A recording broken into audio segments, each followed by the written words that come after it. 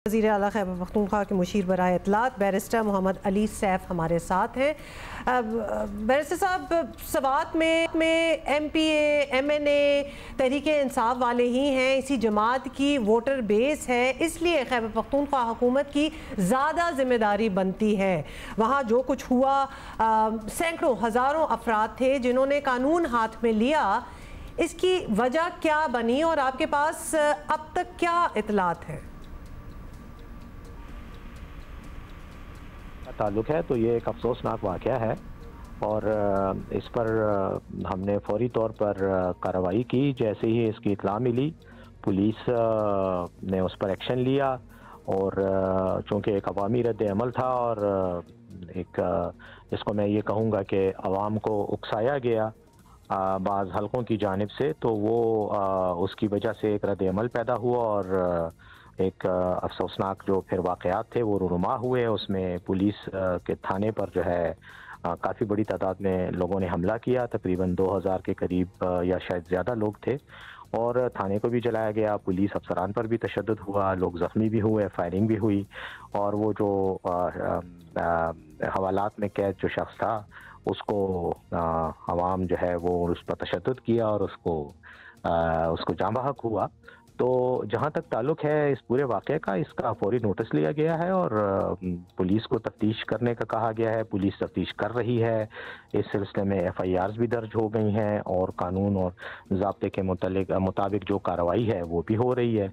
उसमें तकरीबन 40 से ज़्यादा लोगों को गिरफ़्तार भी किया गया है जो आइडेंटिफाई हुए हैं, क्योंकि हुजूम था। हुजूम में से लोगों को आइडेंटिफाई करना, फिर उनको गिरफ्तार करना, यकीनन इसमें वक्त लगता है।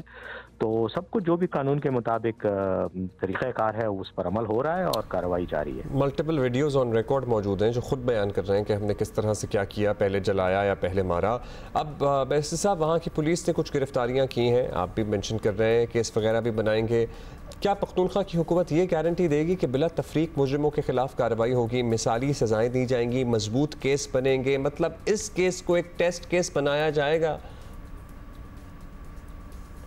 खैबर पख्तूनख्वा की हुकूमत एक आईनी और कानूनी हुकूमत है और अवाम की नुमाइंदा हुकूमत है और जो आईन और कानून में किसी भी जुर्म या किसी भी ऐसे नाखुशगवार वाक़े को डील करने का जो तरीक़ाकार है उस पर अमल पैरा होगी। और सब कुछ जो अब तक हुआ है, यानी मुकदमे का इंदराज, FIR की रजिस्ट्रेशन और उसके बाद उस सिलसिले में पुलिस की तरफ से गिरफ्तारियाँ और फिर उन गिरफ्तार अफराद से तफ्तीश करना, उनको अदालत में पेश करना और चालान सबमिट करना, ये सब कुछ हो रहा है। बैरिस्टर साहब, शिद्दत पसंदी का इस हद तक पहुंच जाना हम सबके लिए बहुत ही काबिल तशवीश बात है और मुल्क भी बदनाम हो रहा है, मज़हब का नाम भी ख़राब हो रहा है। अब आप लोग तब्दीली की बात करते हैं तो माशरे में तब्दीली कैसे लाएं? ये कुछ डिस्कशन हुई है, कोई आइडियाज़ हैं? क्योंकि ये तो बदलना पड़ेगा।